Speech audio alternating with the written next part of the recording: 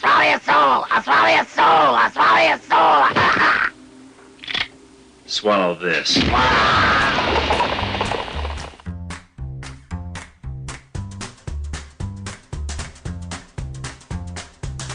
Quiet, numbskulls, I'm broadcasting.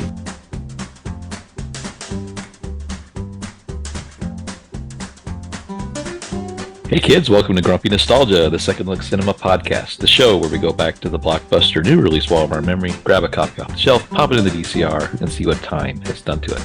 I'm Justin, that's Mike. Let's carve us up a witch. That's Dr. K. Hello, hello. And together we're here to help navigate all the landmines littered down memory lane. This is exciting, guys. We're going to do more than just navigate landmines. We're going to navigate super spooky movies for a while here. This is the premiere episode of the Grumpy Nostalgia Big Box VHS Halloween Horror Series. Yeah,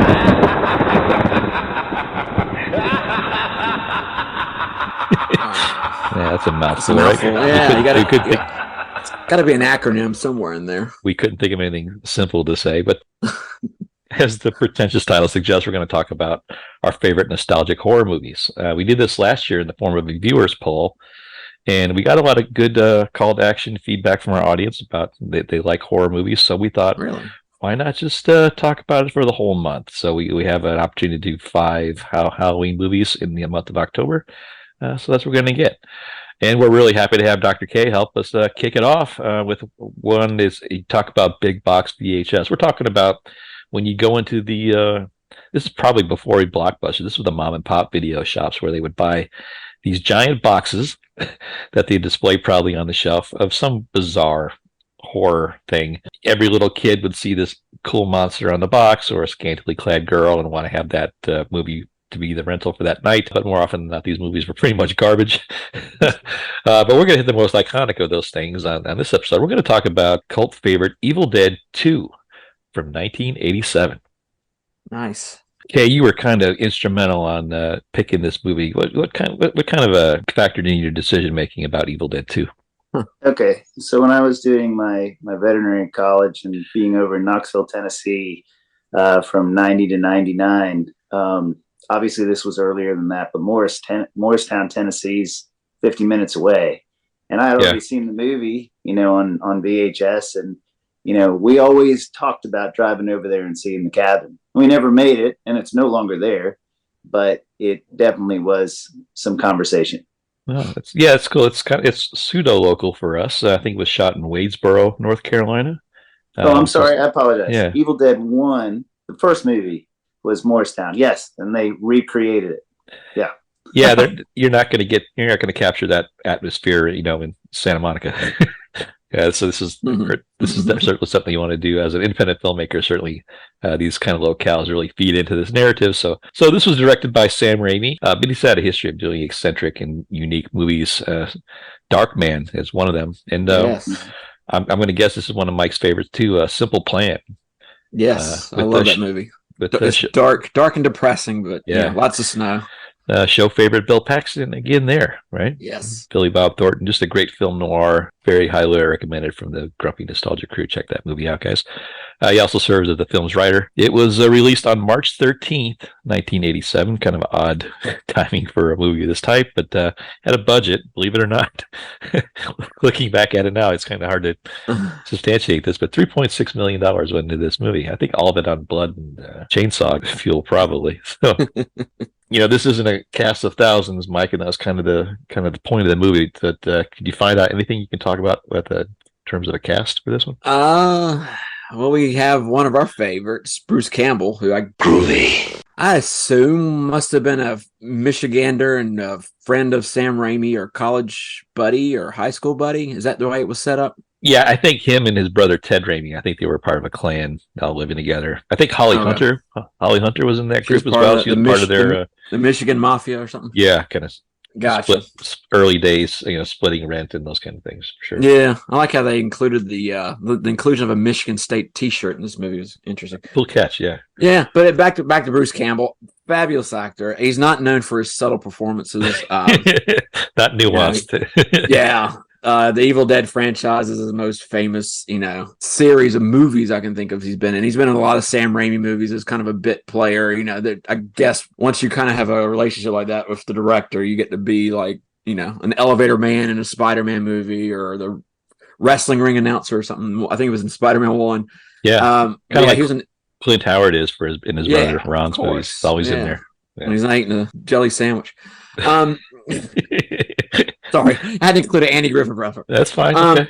But yeah, we lovingly know him as the Hershey bar eater from Congo. That's right. Yeah. Yeah, he gets killed off early, and his body appears later in the movie. And spoilers, but yeah, you think of as he's been in a couple TV shows too, like Burn Notice. He was kind of stole that show as far as being the guest character, and I think Briscoe County, The Adventures of Briscoe County, was a short-lived Fox show.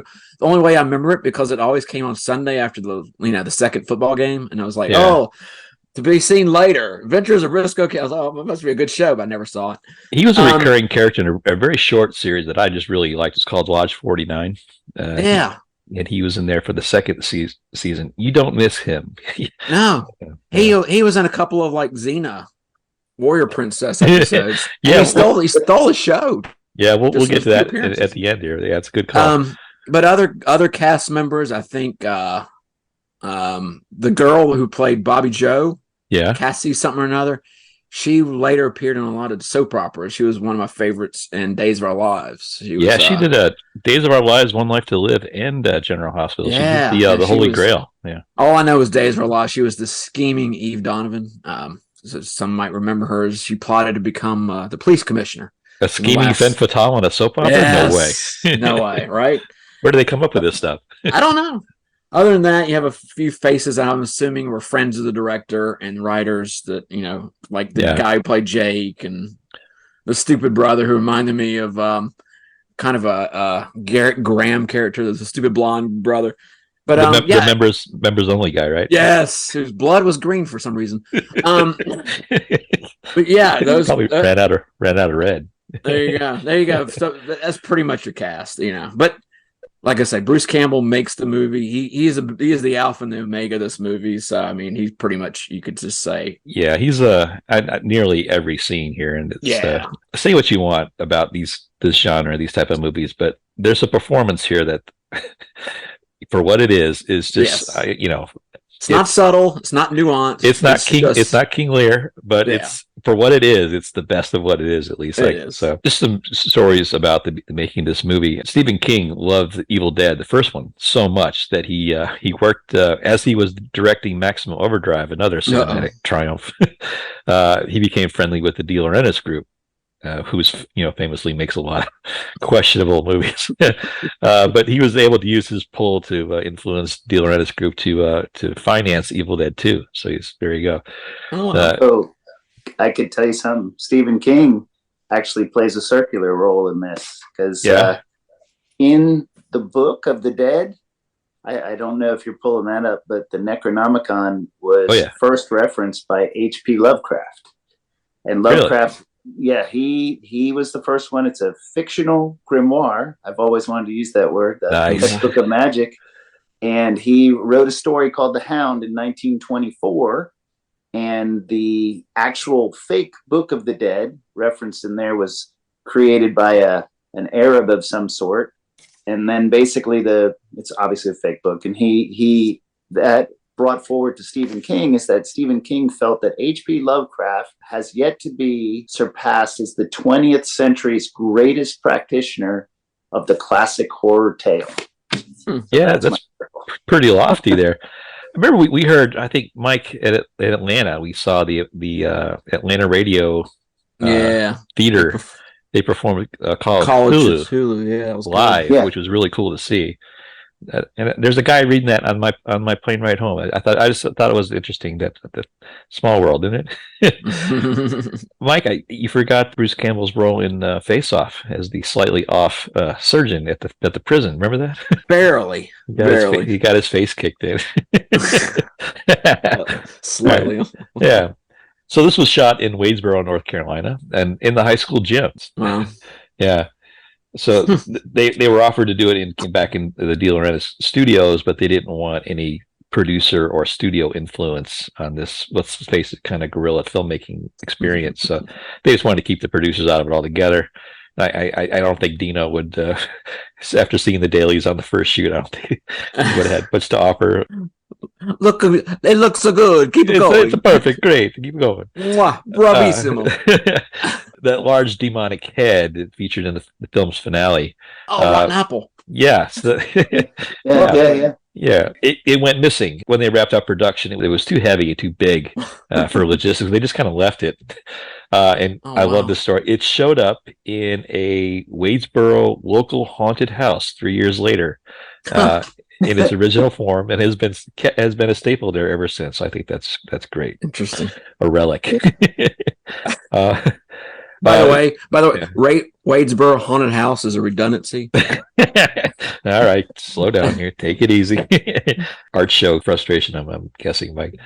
So it was a show a long time ago. This originally, shockingly enough, got an X rating from the MPAA on its initial release, and that's the mark of death to produce and distribute a film. So they decided to release it unrated. The problem is when you do that, you have to have a studio affiliation. It had none. So De Laurentiis started a shell company called Renaissance Films in order to keep the film out unrated, at least, so it could be viewed. And it had a relatively good box office given those circumstances. We'll get that here in a little bit. The sound is really important in this film, particularly of the point of view. Anybody who's seen this movie knows what we're talking about. For those that may be a little in the dark, there's a point of view monster beast in this film that's a presence over all of these movies, and it's shocking and it's horrifying, and it's very simply done, but it's amplified by the sound that's on the screen at the same time. And this is a composite of the director's voice whispering and the actual samplings from Orson Welles, some dialogue from Orson Welles films. So technically, Orson Welles has a screen credit on this one as one of the voice of the noise. So that was really interesting. I think one of the things too that really made it for me was just sometimes the absence of sound. Yeah. And then the weird quirky sound effects they were able to create out of some of like the window clanging and the trees rustling and the ants kind of coming alive.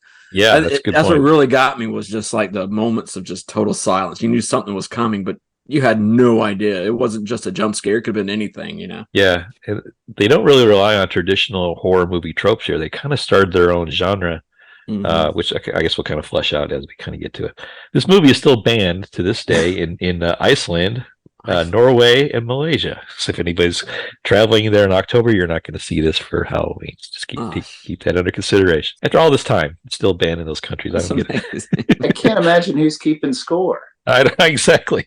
There's an interesting thing on the IMDb page where you can click to see what the ratings are in each country, and it's interesting. I guess you can kind of mark your cultural barometer about how you rate your movies. But in France, you can only see this if you're 16, and Canada, you can only see it if you're 21. It's just interesting, that dynamic, and that's why I learned that these three were banned. So there you go. It's a little bit back in the Wayback Machine. I think, coincidentally, the last movie we talked about. Was also in 1987. What's up with that? Coincidental in this point, but it does make things harder for me for research. But I try to do my best. So we always like to talk about the pop culture climate when these movies that we discuss were prevalent. So on the movie front, this came out in March. A week earlier, you had Mannequin in the theaters, Mike. Oh, Kim Cattrall. Yes, yeah. Accompanied by, you had a Nightmare on Elm Street 3, The Dream Warrior. That was a good one. I like that one. Directed by future cliffhanger director Rennie Harlan. So there you go. See how it all comes together. And the first Lethal Weapon also came out a week before this came out. This was released on the same weekend as Raising Arizona, Joel and Ethan Coen movie that's borderline iconic as well, that we probably should cover at some point. One of everybody's favorite comedies for sure. The following weekend, you had the debut of moonlighting star Bruce Willis. His first Bruno. No, we're getting there. Hang on. The movie Blind Date. Oh yeah. His first starring role with Kim Basinger. Yeah. Was that before she bought the town in Georgia or after? Yeah, it was before she got real famous. But that was the movie that we're like, whoa, she's pretty hot. Yeah. Think about Bruce Willis. He was the biggest star on television. It's hard to fathom that now. With Moonlighting. Moonlighting was like appointment television for everybody, except for, I think, the week before Blind Date came out, he and Oh, the co-star. Who played Maddie? Was her name? I can't. Drawing a blank. Sybil Shepherd. Sybil Thank Shepherd. you. Yes. Yeah. Finally broke the 4 years worth of sexual tension. Oh, will they? Won't they? Yeah, they consummated their relationship. Yeah. It literally the ratings fell off the cliff the following episode. No one watched the balance of season 5, and the show was quickly canceled. So don't mess with a good thing, guys. Other horror movies in 1987 that I just want to talk about briefly, given that the show's theme. We had Hellraiser that year. We had The Lost Boys, which is doomed for this show, I would think. Kay, you might want to think about getting in on that one for us. That's wonderful. Monster Squad, Mike. One of your personal favorites. Wow. Please no. Yeah, we had Slumber Party Massacre 2. You had to have part 2 because there were so many unanswered questions from the first one. And one of my deeper cuts here, but I think everybody should research this a little bit. The movie called Bad Taste. You guys are familiar. Essentially a student film that got released by New Zealander Peter Jackson. And it involves a very similar to this movie. It's a comedy horror with a tons of gore, featuring a small town in Australia that's losing residents because aliens have landed and started a fast food business. Selling humans for food. Stars a lot of Aussies with perms, and they're all named Derek. I don't know why. And they all have chainsaws as their main weapon. So check out the movie Bad Taste, everybody. You've probably seen it at the video store. It's alien figure giving you the finger. So if you've seen it, you probably have seen it by that. So on the music scene, almost as scary. We had Huey Lewis had the #1 single the week this movie came out with Jacob's Ladder. He has some more mundane stuff like Mandolin Rain by Bruce Hornsby and the Range. Nothing Gonna Stop Us Now by Starship. Are you tired yet? We had a Dose of Reality with Fight for Your Right to Party with the Beastie Boys. That was also on the charts a little bit farther down. John Bon Jovi, Living on a Prayer. And then the #3 single that the week this movie came out was Respect Yourself by the aforementioned Bruce Willis, going through his vanity project phase. #3 song in the country, Mike. I'd totally forgotten that song. Did he have any backup vocals? Like, did he have any like a famous? I think he played harmonica too, didn't he? Oh yeah, that was his thing. So I'm gonna throw it out there, you guys. You can just—he's a real blues man, you know. He sure is. A blues traveler. Yeah. So just open question to both of you. What's more douche chill for you? The Don Johnson song, his Heartbeat song during Miami Vice, or Bruce Willis with which gives you the bigger cringe? I'm gonna go with the Don Johnson. She's like the wind through my it was Patrick Swayze song. She's like the wind through my tree. Okay, that's a good one. Yeah, I didn't put that in there. Yeah, that was a toughie. It might have been close around that 87 time. All right. Too. Our audience can't see this, but Dr. K is squirming in his chairs. I was thinking for some reason that just made me think about Garth Brooks having his. He went the other way around. Was it Chris Gaines? Chris Gaines. That was terrible. Yeah, awful. Kay, thank you so much for bringing that back up. I can remember the picture on the cover. Oh, it was his little soul patch. It had like little emo Justin Bieber hair. I don't even know how to describe the hair. That was awful. I think VH1 did like a mock behind the music on that character too. We've come a long way as a culture for sure. Some other things that are relevant to 1987's pop culture fronts. We had a couple premieres of some products on that year. We had the first Red Bull came out that year. The first Red M&Ms. Well, Red M&Ms were reintroduced after 11-year off the market because of Red Dye #2. You had Spuds MacKenzie. Everybody's favorite bull terrier. I had a Spuds MacKenzie T-shirt. I'm sorry, I admit it. But I think the biggest event in pop culture here was the release of another movie that we're probably not going to talk about ever, but I think it deserves to be heard about. That's the Garbage Pail Kids movie premiered that year, Mike. Oh, that's on a lot of people's top 10 list of worst of all time. Well, the reason I bring it up is that it's got some tie to the show, and I'm going to talk about one of our favorite actresses here, Debbie Lee Carrington. Mike? Oh, yes. Name ring a bell? Yep. She's a wee lass. Yeah, a wee lass. She played the murderous prostitute in Total Recall. Yes. She voiced the... Was she an Ewok? She was an Ewok. She was an Ewok too, yeah. And she played Valerie Vomit, in case anybody's keeping score. Nice. Somebody had to play her. Yeah. All right, so speaking of vomit, we should probably get a chance to talk about this movie. So this is a midnight movie. This is a cult phenomenon. I think everybody in our Gen X generation was forced to see this from between the years of 1985 and 1992. If you went to college, you certainly saw this at some point in the dorm room. That was my first introduction to it. But it has stood the test of time. The horror purists still love this movie, even with its stop motion animation and its green screen special effects. But there's a charm and sincerity. This is made by filmmakers. This is not a cheap studio cash grab. This was made by passionate people, and I think that of anything else, I think that's what really comes through out of this movie more than anything. So, having said that, unless you guys have anything else, we should probably get started. So, Mike, pop that video in the machine and hit the button. So our movie kind of opens up with that. We mentioned that we get some exposition. It's the stop motion, kind of cheesy animation where a narrator is giving us a story about. You get that Twilight Zone background where you're kind of going through space and time, and he's giving you a brief explanation of the Necronomicon, or the Book of the Dead, describing it as a kind of a portal to the netherworld, and also kind of controls time and space. And I was. Fell into the wrong hands. Yeah. It's not quite Lord of the Rings with, Yeah, it's Blanchett not giving the voiceover. It's not quite the epilogue you're hoping for this epic, but we get there. So you get a little introduction. It's written in blood, and that's scary, of course. And it kind of sets the tone for the movie. We start out with a scene of, I think it's Bruce and his girlfriend Linda.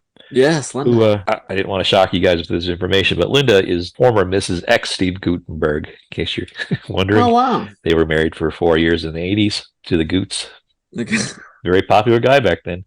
Yeah. They're driving in their yellow LTD, which is Sam Raimi's actual car at the time. That's what I thought. Yeah, they're actually in the tunnel. Kind of like the one at the Blue Ridge Parkway. That was the Blue Ridge Parkway. Was it? I looked familiar. Yeah, because it threw me off. I knew this movie had been filmed in North Carolina, so Yeah. my assumption was it was in a cabin like near Asheville or something. I'd forgotten it was the other side of the state. For those that may not be local, the Blue Ridge Parkway is about a 2.5 mile tunnel that is the worst nightmare for anybody that's got claustrophobia. It's a tough one, but Or doesn't like loud noises because everybody honks their horn when they go through a tunnel.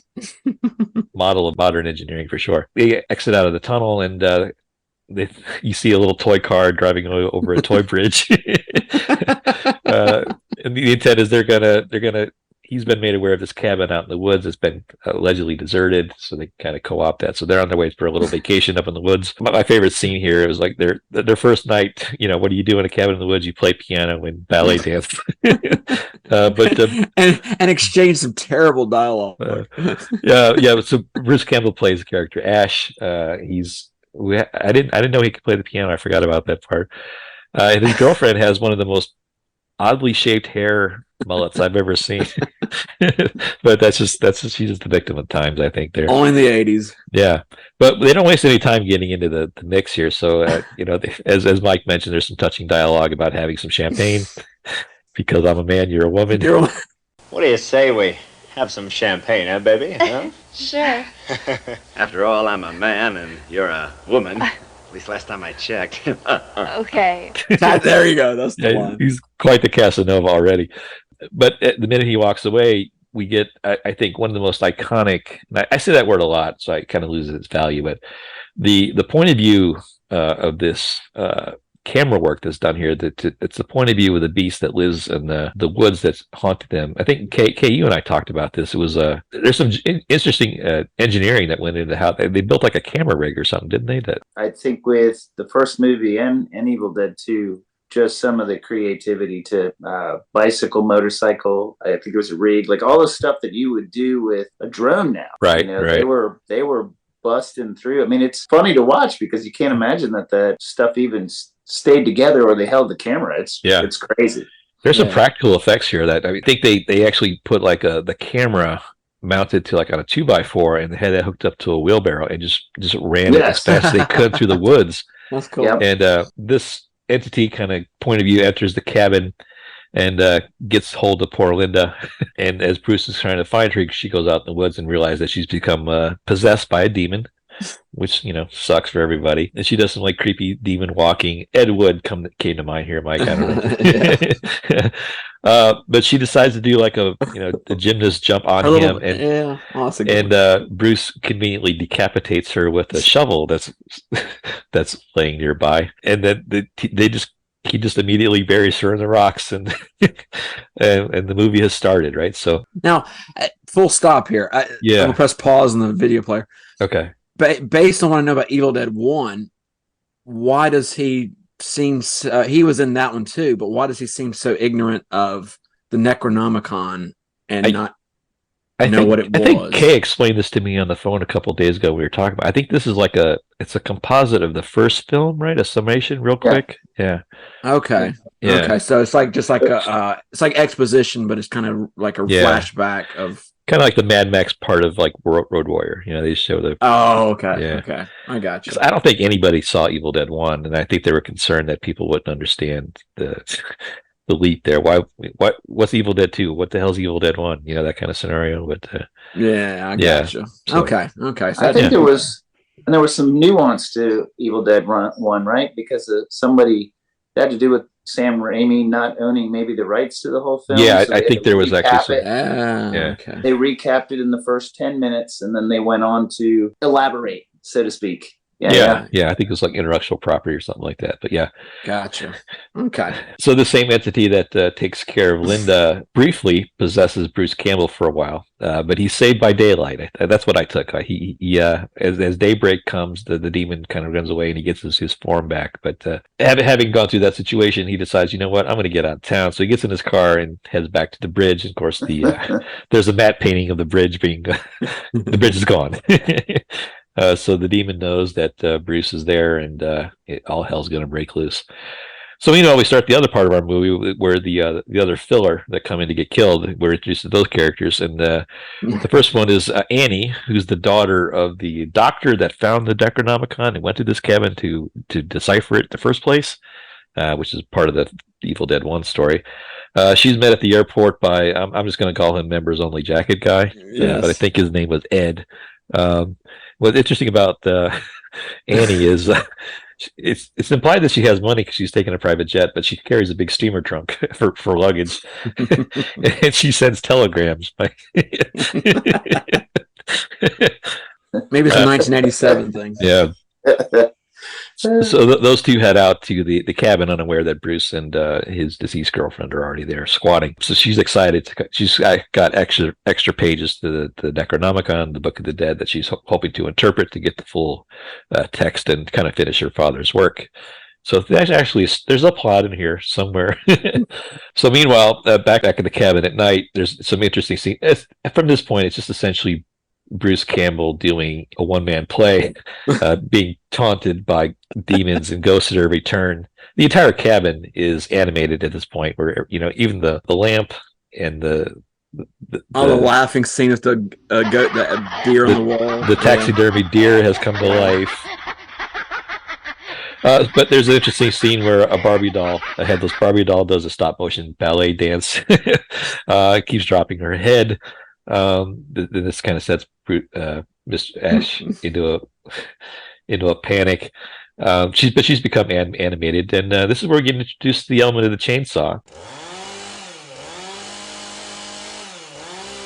She comes after him with the chainsaw. I love the dubbed-in voice where he goes, "Workshed." Workshed, yeah. I read an article where he gets, even to this day at every convention, people will yell "workshed" at him.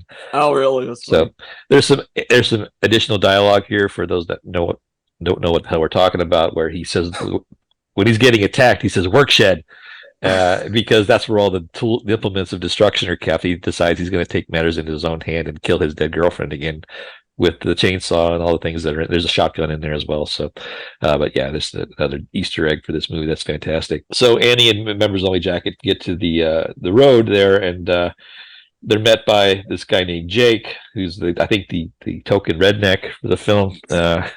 And he's got a lovely girlfriend.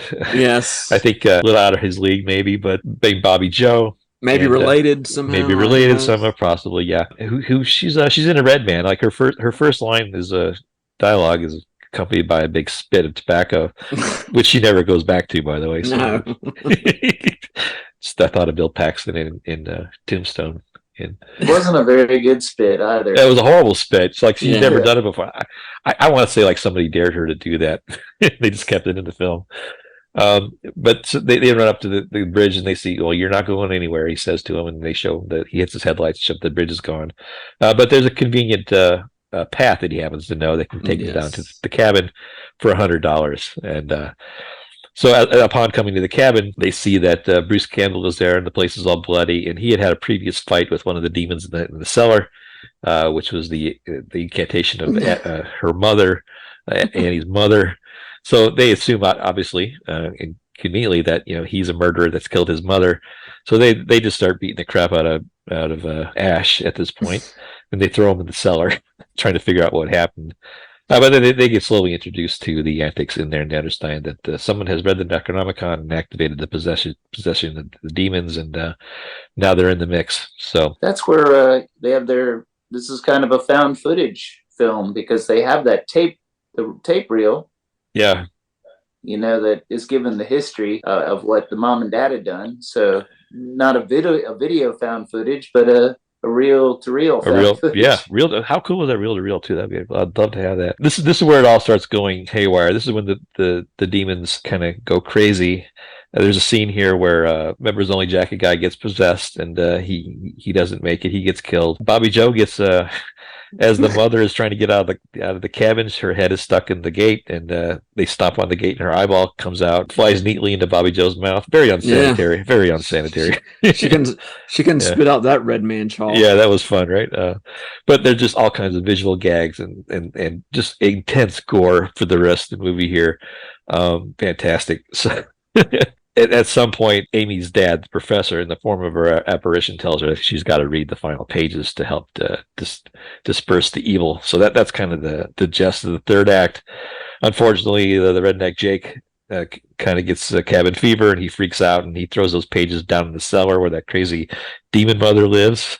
In the meantime, Bobby Joe kind of gets treed. The demon, she gets, it's again in another horror staple. She kind of gets taken and consumed by the forest, and the practical shots they use to visualize this are actually pretty cool. But the cast is thinning out, so the movie's got to be over here at some point. So so it's just Ash and Amy at this point, and you get one of the greatest scenes I think of all time, where the suit up scene where he goes he goes into the work shed, and he had chopped off his hand at one point. We didn't mention that because there's too much to talk about. But there's a wonderful improvised scene that he does when his hand becomes possessed, and he cuts it off. That whole scene was one take, and it was improvised by Bruce Campbell. Bruce Campbell himself? Yeah. So wow, they did that all in one shot. I love the little voice the hand makes, a little. He's got his own dialect.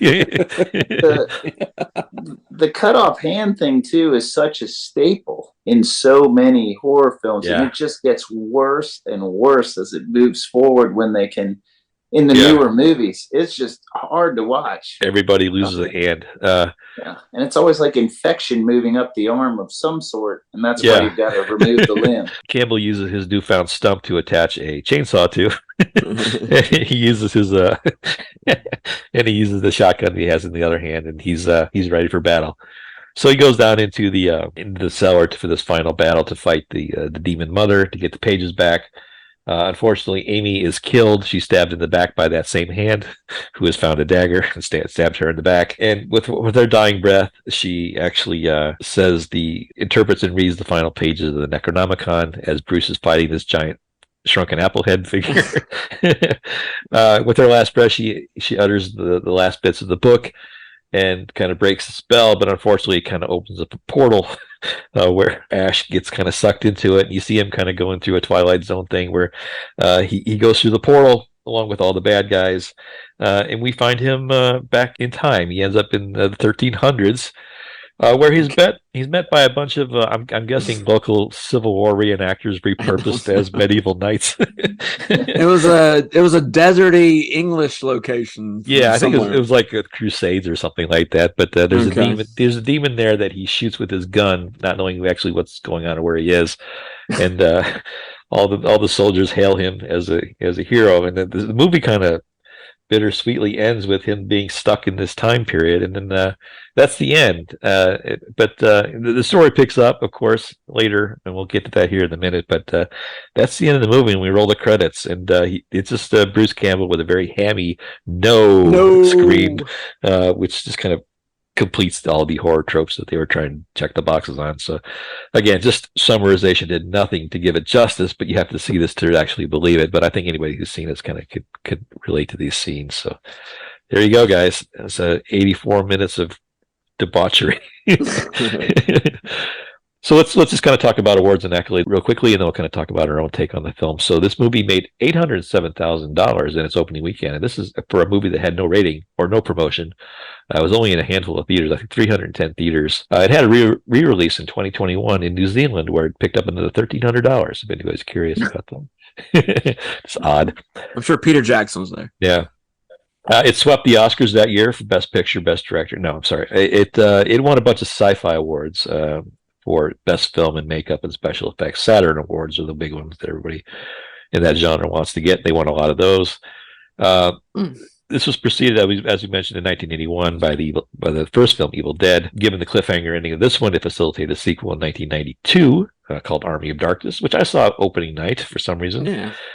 It was remade in Evil Dead in 2013 by director Fede Alvarez, the It guy for directors at the point. It's a relatively good remake. Evil Dead Rise Again, or Evil Dead Rise, came out in 2023 to some critical acclaim. It spawned a 3-season, I think it was Stars Network. Yeah. At Ash versus Evil Dead, which I understand is a continuation of the story. Stars is one of the few cable/streaming services I don't have, but I haven't seen that yet. But I watched the first season. It was really good. I didn't. Xena Warrior Princess is in that as well, Mike. It's Lucy Lawless. It's tough. Yeah, it's a tough chick. Dr. Kane and I are musical guys. It spawned its Evil Dead the musical. It originated in Toronto, but it toured North America for 3 very successful years, featuring a splatter zone where you could buy tickets for, kind of like a Guar concert, where they designated a part center front where you were going to get wet with the occasional blood spray. So I'm sure that was a lot of fun to see that. So there's a pop culture legacy, of course, this thing, and captured by several times in terms of media, but everybody's got this movie on their shelf, probably. So to that effect, let's kind of go through our take on it. We'll put it to the Grumpy Meter. If you guys would be kind enough to give me your opinion the first time you saw this movie, and then your most recent opinion on it on our most recent watch. So, Dr. K, you're the guest, so you get to go first. All right. So the dumbest thing I did recently was I thought, I'm going to watch the first Evil Dead film, and I'm going to watch Evil Dead 2 and catch up. And I somehow started Evil Dead 2013, and I'm watching. I'm like, this is really good, but man, they really improved this a bunch with the film. And I'm going through it. I'm like, and this isn't funny. This is scary, and it's gory. And then, 10 minutes in, I'm like, okay, I figured this out. But anyway, So I circle back to Evil Dead 2. And I mean, going from that, for what I just watched to back in time, I was like, oh my goodness. And I'm certain that I saw this film on VHS the first time. Absolutely. And so, I can't remember, but I do remember that. And it was tough for me even now watching it. The sound mixed with that, coming toward the cabin, those two things collectively were just, it really would get you going if you have the lights out and you're watching. So I really enjoyed it the first time, and probably didn't have anything to compare it to, because I think some of those other scary movies didn't really become horror comedies until later, like Friday the 13th and stuff. I think that was later on that they became funnier, I guess. Or caricatures, even. That's a good way to put it. Yeah. And then I'll talk a little bit about it if you want. It's just funny. The cut off hand scene, is used so often, and here it's, prevent the demon from getting to me kind of thing. Right. But I talked about, the 6-fingered hand and the Princess Bride. So just now infamous, a little bit of medical thought. I wondered, do they talk about this? Like, how often does this even happen? Who could you do it? And basically, if you had a choice to cut off your hand or not, you'd want to, let's say it was trapped under something, you probably want to wait at least 24 hours in hopes that maybe someone would find you and lift that thing off of you or whatever you could do, rather than cutting your hand off and seeing if it would survive in some way. And apparently in the U.S., lost people are found within 24 hours. So your odds are pretty good. But the weight of your crushed hand is not an immediate cause of death for you. You're just sitting there. So you're stuck, so to speak. But if you were to cut your hand off, your chances of dying from bleeding out, you could happen within 30 minutes or so, especially if you couldn't, That's the part Hollywood always conveniently forgets. So, you've got arteries there that, losing a hand is a mortal wound in most cases. Yeah. So the humor of it is, okay, when should you cut it off? So like at what point do you have to make that decision? And so the basic thing is, okay, if hypothermia is not going to get you, or dehydration, which is maybe pretty significant, then you have to be awake enough so you can't be lethargic and you can't have a loss of coordination. And then you also need an instrument to cut your hand off. Yeah. So I can tell you as a veterinarian that cutting through certain tissues is not easy. So if you're adding muscle and bone and those kind of things, and I can tell you that, the state requires me to disarticulate like a raccoon's head that might have rabies. I have to remove that with gloves and special stuff so that I don't get rabies. I'm vaccinated for it, but I have to do that. And it's not an easy process. Yeah. I can't imagine trying to cut your own hand off. So then now we're getting somewhere. But you have the difficulty of doing it. And then the issue is, my understanding of what I could uncover is, okay, it's going to hurt when you start. You're going to pass out, but you're going to wake back up again pretty soon, and you can continue your little venture. And then once you have a stump, you've got to be able to tap it and provide some pressure. Yeah. So I think it's just a concept in and of itself that is just so hard to fathom. Yeah. And then, of course, you watch the video aspects of it, and it's mind-boggling. So I don't know. I don't think I could do it. The demon would get me. Well, Dr. Kai, I've heard all the data, and I'm going to go with chainsaw and duct tape. Yeah, that works. Yes. And what was it? That little lace doily you put on? Yeah, he put on the stump. Yeah, I love that. The chainsaw clicking in is fantastic. Yeah. And then I wondered how strong you could possibly be to hold a chainsaw with, a stump and use it as a weapon anyway. Anybody that's struggling with the context of our conversation, anybody that's struggling with the context of our conversation, watch the movie where 127 hours, where James Franco. I love how fearless they were. He has to break his hand off, but when they captured the most, people forget is probably the worst part of the nerves. That electric shock that you have to go through to finally. Yeah, let's move on. We're going down the wrong path. Yes, that's why I didn't watch. So Mike, let's watch that movie. Mike, let's talk about campy horror movies. Just tell me about your view on this one. All right. I'll tell you what. I watched this with my future wife, and about a year after it came out on VHS. Yeah. And then we did it as kind of a back-to-back deal with the movie that came out the same year, Near Dark. Oh, nice. And what was cool about watching Near Dark and this movie together was the fact they were both kind of the humor aspect of it. I hate horror movies. It's just a straight horror movie is just scary to me. Yeah. But that little bit of, it's kind of like Dr. K was talking about watching the 2013 version. It's almost too real, too visceral. But then when you add in the campiness of this, obviously like a Ray Harryhausen like animatronic girl dancing, it kind of takes you out of the scare factor of it, and you're into the humor zone. You're like, okay, I can deal with this, and that's why I liked it so much. Was just that dose of just campy horror humor. It helps you along, right? It does. It does. And then you watching it this time, you get more of a affinity for how much craft is in it, and for a movie that looked this cheap, you say, "Crap, what the hell are we talking about?"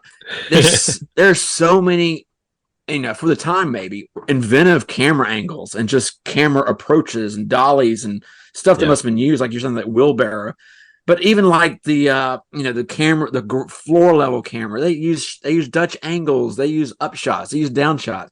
There were even times where it looked like you could see that the cabin didn't even have a ceiling, so you knew that obviously it was on a set. But I'll let that slide.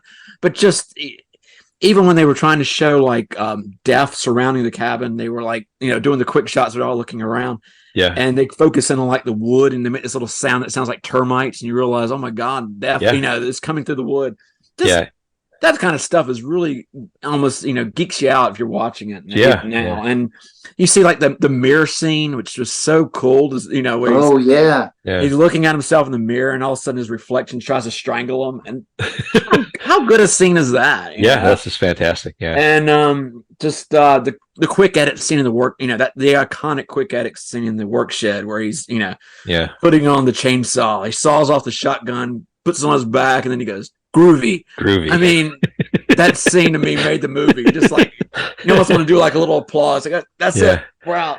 It's like anybody who's ever wanted to make a movie when they're 14, this is the movie you would make. Yeah, and it's and kind of like what y'all were talking about. It's like the story of how it's made is almost more interesting than the plot and everything in itself. Just the backstory and just like you say, the craft and the care of an independent filmmaker is reflected on screen.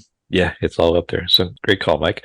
So I'm not going to vary too much from your guys' opinion of it. I was kind of the same way. We're all essentially the same age. We all got introduced around the same time. So this is a VHS rental for me. I think junior year high school, something around that area. Yeah. And I watched it because I had heard about it. It was one of those things but I had no context of it other than that. And I enjoyed it. I think I appreciated it more as a horror movie then. I think we had this recurring theme in the last couple episodes, Mike, where we talked about genres that mix together and how I hadn't evolved enough to decipher the two very well. So I thought it was good, but I don't think I appreciated the comedy of it. I thought it was more of a horror movie. I watched it again at 5:15 in the morning this morning because my dogs wouldn't go to sleep. So I was on the couch and I decided to kind of cram this one in, and it was still dark out and the mood was right. So I watched it again, and you guys are really clever for noticing like the sound, because the sound was the first thing I noticed that, hey, why didn't I recognize this before? And so the horror thing is really amplified by that. Like, especially like think of movies like the scariest movies. There's always an element of sound or no sound. Like the Blair Witch. What's the scariest part of Blair Witch? When they're camping in the woods and they hear the kids laughing. It's pitch black. That's not supposed to be there. So that thing's it's semi-obscure. Yeah, we talked about this in I think on Aliens. Yeah, there's no sound at all. Yeah, there's like it's the sound, it's the absence of sound that makes it scary. And you've been conditioned by Hollywood to hear these audio cues to tell you how you're supposed to feel or what you're supposed to anticipate. And when those aren't there and you're on your own, that's creates a inherent sense of dread sometimes that really came through, especially in this movie. But watching it again last night or very early this morning is like, I saw it more of a comedy. It was one of those things where like, oh my God, look what they're doing here. I just, from the blood splatter, the Technicolor. Every color of the rainbow is representing blood. Man. There's purple blood, there's green blood, there's black blood, there's red blood. It was just, they put so much into it. It's hard not to find the charm and the appeal of this movie, even though it's like revolting on a grotesque level, at least. But there was nostalgia to it, believe it or not. I remembered, I remembered, the teenager watching this with the VCR he bought. He saved up for by cut grass all summer to stay up all night on the weekends to watch these type of movies, and it just brought me back to a good place. And it's just I can't wait to get into more Halloween movies like this because they're special. You remember things like this, and it was a great experience. So there you go. Just to have the horror and the comedy combined, I'm finally starting to do that. So speaking of that, we're going to run a real long here, guys, so we might have to kind of get through this relatively quickly. But for this week's installment of You Just Made the List, Pal, we thought we'd talk about other movies that kind of blend the genres together. This is a most infamous horror comedy, I think, that comes to anybody's mind. But Hollywood's full of these things where they try to take a couple. It's probably more about marketing than anything else. Let's get the fantasy crowd with the comedy crowd, or the romantic crowd with the drama crowd, or the rom-com has created its own industry off this. But occasionally, when it's done well, it really introduces something unique and entertaining and kind of groundbreaking, or they can be complete disasters. But let's talk about some of our favorite genre blending movies. So, Dr. K, you're up first. All right, so this one's probably nothing you've seen, but in 2010 there was a movie called Troll Hunter that came out. I've seen it. Yeah, great. Oh, I loved it. Hunter. And it is a found footage film of some college filmmakers who encounter this story about this guy that actually hunts trolls, but he's actually working for an authority for the government to keep the trolls in like a contained area. Yeah. And it's just funny. It's a horror fantasy, is what it is, but there's just comedy in it. Written primarily by comedians, as I understand it. Yeah. And I just, my kids love it. I love it. We watch it over and over. I don't know why, but I mean, there's just a joy to it for me. But it definitely covers, those things. And the area, just where it's filmed, is absolutely beautiful. I want to go there. That scene, the finale, when they're on the tundra, and it's just amazing. And then when they're in the cave, there's genuine. So good. There's genuine scares in there because the CGI is so good, and it's one of those things. It doesn't look normal in that environment. The scale of the trolls and things like that. And just very well done. Good pick. All right, Mike, you got to top that one. You're up next. Meatloaf in that movie or something. It's a different troll movie. Okay, that's different troll. Yeah. Okay. All right. My hybrid slash movie is. I'm gonna go with a movie called Brick. It came out in 2005. It was done by Ryan Johnson. It's one of his first movies before he became a hack director. But this is a movie that kind of blends the teen rom-com movie with like a 50s film noir murder mystery. Great movie, yeah. It is a really good movie. I might have mentioned it before on the podcast. I can't remember, but I want to add an addendum movie I want to add with this is Who Framed Roger Rabbit, which also is a murder mystery set in the 40s, and it combines animation. So it's another one of those weird hybrid kind of humorous murder mystery movies. But both of those movies kind of, I love the idea of a film noir movie, and both of those kind of incorporated some either comedy or teen romance with it. And I thought that was pretty cool. That's really good. Okay. My first pick it's kind of a fake one, but I'm going to go with it anyway. It's the mockumentary, the comedy / documentary / fiction thing. So this troupe of actors have done several of these, but I'm going to go with Best in Show about the Christopher Guest and Michael McKean and Eugene Levy. They've done 100 movies about different subcultures of America, and this one's about people that show dogs, the dog show in Philadelphia, and it's hilarious, and it's original, and it's groundbreaking, and it's just I've spent some time in that subculture, people that show dogs, and they're not far off the mark. They're all a little bit twisted, but it centers around 4 or 5 groups that show their own dogs, and their dogs kind of match their personalities. But it's just an hilarious movie. A lot of improv, a lot of just handheld camera stuff. That's in a cast of thousands. Playing some very iconic roles, but this one just cracks me up. But it's a take on a documentary with a huge comedic fictional aspect to it, which I just really like. So that's my first one, the Best in Show. Nice. All right, so we're back around to UK. Let's maybe talk about your last one, and maybe throw in a couple honorable mentions if you have a few. Yeah, Who Framed Roger Rabbit? I there was so much. That's a movie to do. That was amazing, and I'm not bad. I'm just drawn that way. Drawn that way. So I'll go to 2004, a horror comedy, Shaun of the Dead. Oh, yeah. Nice. Yeah. A successful zombie spoof, right? Right. Also just really neat and funny. Like everything was just clever. They built up just a nice mix. And at the same time, the movie was filmed with that like abandoned environment, like you see in I Am Legend or the Walking Dead series. I mean, it's just really clever how that was all combined, and it just worked so well. that's on my list. And then, Yes. if I'm throwing in a couple extras, you did a legit mockumentary. These are documentaries, just a pair, but they seem like mockumentaries. They're hard to even think they're real. But 91's Dancing Outlaw and 99's American Movie. Oh yeah, yeah. American Movie was a Wisconsin filmmaker being followed while he's trying to make a horror movie called Coven with his best friend Mike, who the actor passed away last year. So that's a bummer. They were just really crazy because both of those films, if I remember, the people that were working didn't really believe that they were actually filming a documentary because they were so absurd. Yeah, that's great. Yeah, they're documentaries, legit, but boy, they don't seem real. They branch out there. Yeah, that's a great call. All right, Mike, your turn again.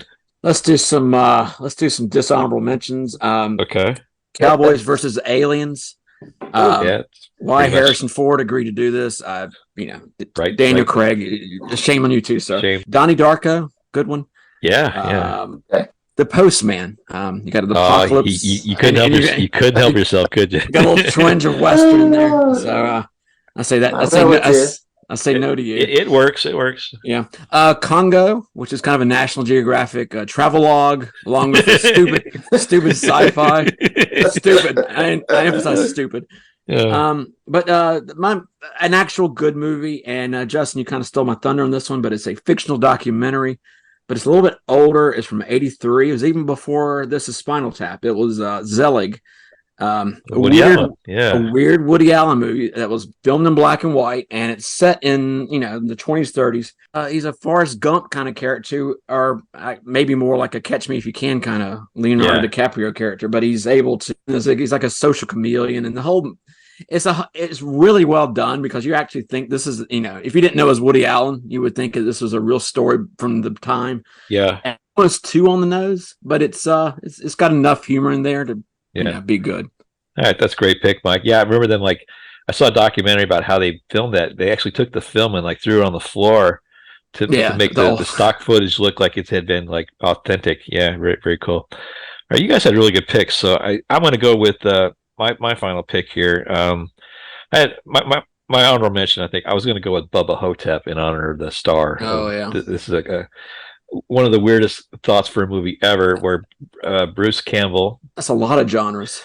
It's a fictional history, alternate history, comedy, horror film, where Bruce Campbell plays Elvis, who's did not die. He's been living in a nursing home, and he's revives his life to fight a ancient mummy. And I'm just going to leave it at that. So you guys have to figure it out on your own. The movie Hobgoblins, Mike. We don't want to forget about Hobgoblins. It was horrifying. Yes. Horrifying acting mostly, but those little puppets that we're supposed to be afraid of, I always thought that was funny. Tremors, I thought, was a good movie too, a horror comedy that probably should cover on our show. But my final pick is going to be Alien from 1979. Oof. It's the quintessential sci-fi horror. I think it invented the genre itself. Mm-hmm. You could always be scared at sci-fi movies from the past, but this one took it to the nth degree, where it starts out as a science fiction epic, but the minute that life form gets on the ship, it turns into something altogether different, and it's a genre defining film. It's one of the scariest movies ever made, just for the way it was shot, the acting, the directing, the way it was lit. Just an amazing. There's jump scares in there that aren't designed to be jump scares. They're like real shocking things. That damn cat, man. That damn cat, yeah. Harry Dean Stanton's demise, but that movie, I mean, just a fantastic movie. That's going to be my final pick. So there you go. Great, so guys, this was a lot of fun. How fun is it to talk about horror movies on the Halloween season? So thank you guys for your contribution today. It was a lot of fun. So if you want to check anything else out about our show, upcoming Halloween schedule, you can check out our social media page. It's at Grumpy Nostalgia on Instagram. And if you'd like to send us an email outlining how wrong we are on our observations and picks, you can do that too. Or a request, if you're new to the show, if you'd like us to cover a movie, you can send us an email at nostalgicgrumps@gmail.com. Coming up on the show next week, Molly's going to do a return, and we're going to talk about another horror movie that she's picked out. We're not going to give it away, but there's a lot of vampires and a lot of bad accents, so we're just going to We're going to leave it at that. So, all right, so that's going to kind of wrap it up. So follow us again next week. We got another movie coming up that's going to be a lot of fun, and we're going to have this series throughout the month. So it's going to be a lot of fun, guys. So we can't wait to hear from you. So that's going to wrap it up, guys. Mike, anything else you want to say before we head out of here? No, but someone's in my fruit cellar. Groovy. All right, so for Shop smart. Shop that smart. There you go. So for Dr. K and Mike, this is Justin, and we will see you again next time. That's right. Who's laughing now?